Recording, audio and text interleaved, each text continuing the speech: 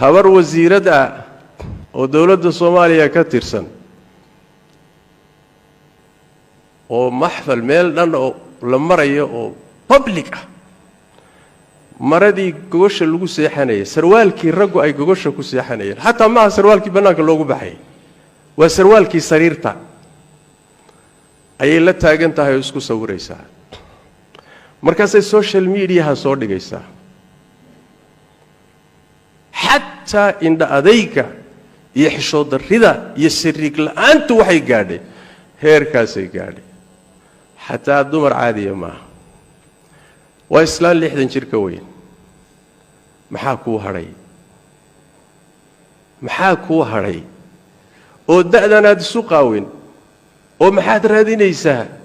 risaalada ay diraysiyo fariinta ay diraysa habartaasi ma taqaanaadiga waa fariin risaalay xambaarsan tahay ma aha bilaash ma aha risaalay xambaarsan tahay barnaamij waaye